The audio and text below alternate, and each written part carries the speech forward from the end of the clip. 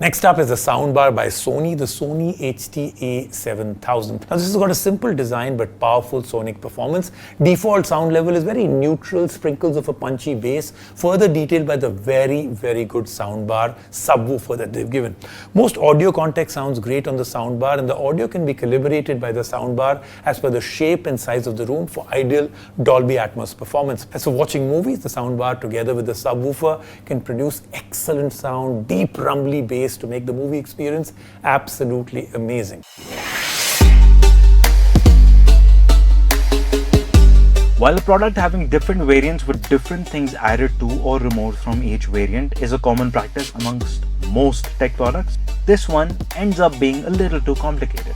This is the Sony HT-A7000 Soundbar. It comes in 5 different variants. And in our review, we're going to tell you if this soundbar is worth buying and which variant you should get or which variant you should skip. The one thing that remains unchanged in all of the variants is the soundbar and its simple and basic design.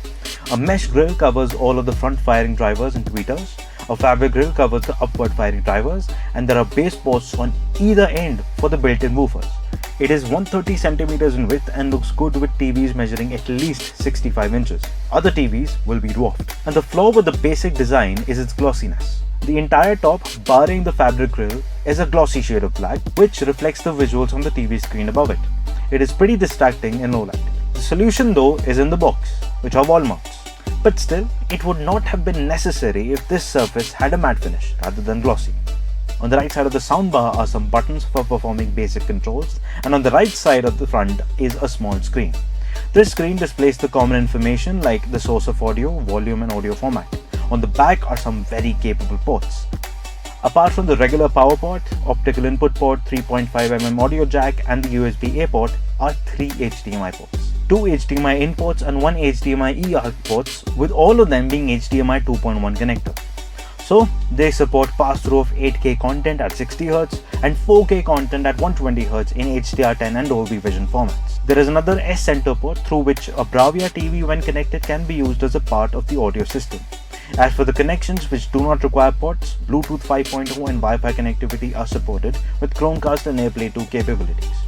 The inside of the soundbar inhabits 2 overhead up-firing speakers, 2 beam tweeters, 5 front-firing speakers and 2 built-in woofers built to provide 7-channel audio experience. The soundbar takes the help of the sound reflection of the walls in the room in an attempt to create a 360-degree audio experience for the user enabled by the mics on the soundbar. The mics calibrate the sound by measuring the dimensions of the room. But even so, when it is just the device itself, the 360-degree soundscape is where it struggles the most. While all of the sound processing focuses on increasing the surround sound, it only works out well for the left and right channels.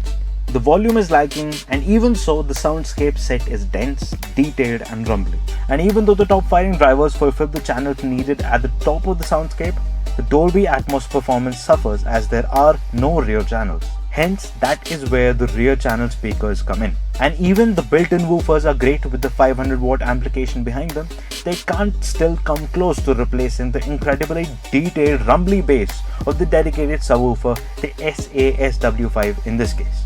With the rear channel speakers and the subwoofer, it feels like a dimension has been added to every aspect and frequency of the sound. The hole in the soundscape behind the user is wiped out. The bass gets further separated from the dialogues and vocals. When the dialogues are enhanced further by the sound processing, the experience of watching content is made even better. So the soundbar by itself can leave you desiring for more, especially when it comes in at a price of 1,49,990. Even with all the features and capabilities, it suffers. Hence, that is the variant to skip. Our suggestion? Buy either variant with the subwoofer and rear channel speakers to get the ideal Dolby Atmos experience.